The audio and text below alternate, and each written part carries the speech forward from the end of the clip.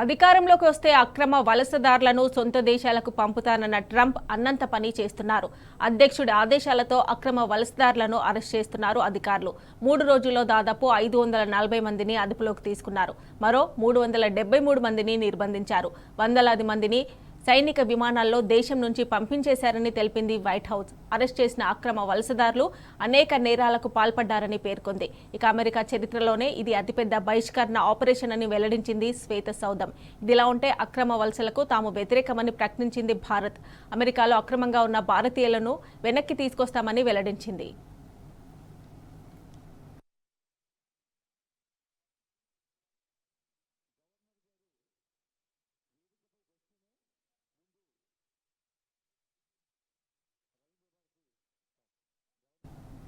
అమెరికాలో అధికారులు దూకుడు పెంచారు. కొత్త ప్రెసిడెంట్ ట్రంప్ ఆదేశాలను ఆచరణలో పెడుతున్నారు. మొన్నటికి మొన్న ఫెడరల్ డైవర్సిటీ ఉద్యోగులు సెలవుల్లో వెళ్లారని ట్రంప్ మెమో జారీ చేశారు. దీంతో ఫెడరల్ డైవర్సిటీ, ఈక్విటీ, ఇన్సూరెన్స్ సిబ్బందికి లే ఆఫ్లు ఇస్తున్నారు అధికారులు.